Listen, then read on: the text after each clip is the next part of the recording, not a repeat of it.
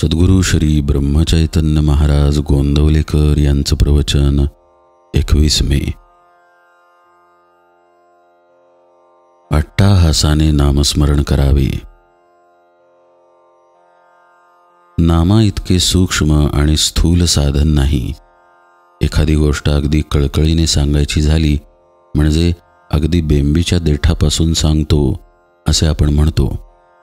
त्याप्रमाणे नामही बेंबीच्या देठापासून घ्यावे, कारण सर्व वासनांचा उगम तिथेच आहे.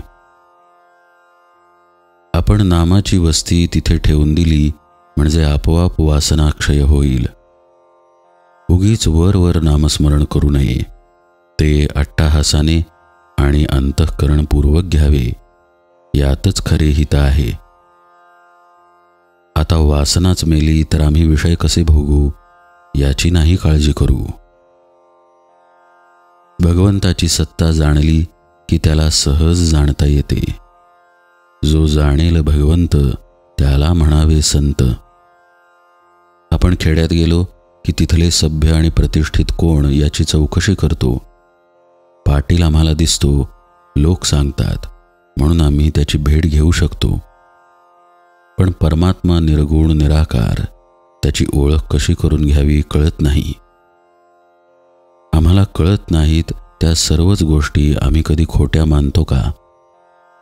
आपल्याला असणारी तळमळ ही भगवंताची म्हणजे पूर्णत्वाची तळमळ आहे.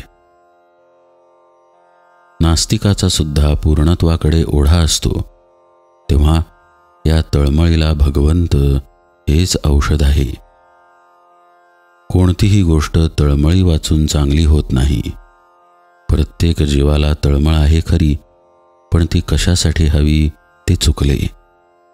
ती तळमळ विषयाकडे गेल्याने जीवाला खरे समाधान मिळत नाही.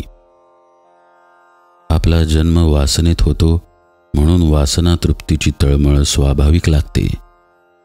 तिकडून काढून ती भगवंताकडे लावणे, यात माणसाची खरी कर्तबगारी आहे. काय केले तर मी भगवंताचा होईन अशी तळमळ लागावी. ती न लागली तर आपले चुकले. वासनेच्या मागे जाणारी तळमळ भगवंताकडे लावण्यासाठीच सगळी साधने आहेत. तळमळ निर्माण झाली की भगवंत हात देतो.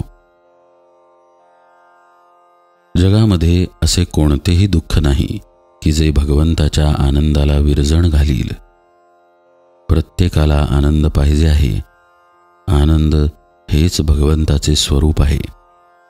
म्हणून मुळामध्ये असलेली गोडी आपण अभ्यासाने वाढवावी. भगवंत जर आपले मूळ स्वरूप आहे तर मग त्याचा अभ्यास करण्याचे काय प्रयोजन? तर त्याचे कारण हेच की आपल्याला भगवंताची विस्मृती झाली आहे. भगवंत हा प्रेममूर्ती आहे, म्हणून मंदिरात जिकडे तिकडे प्रेम भरून टाकावे.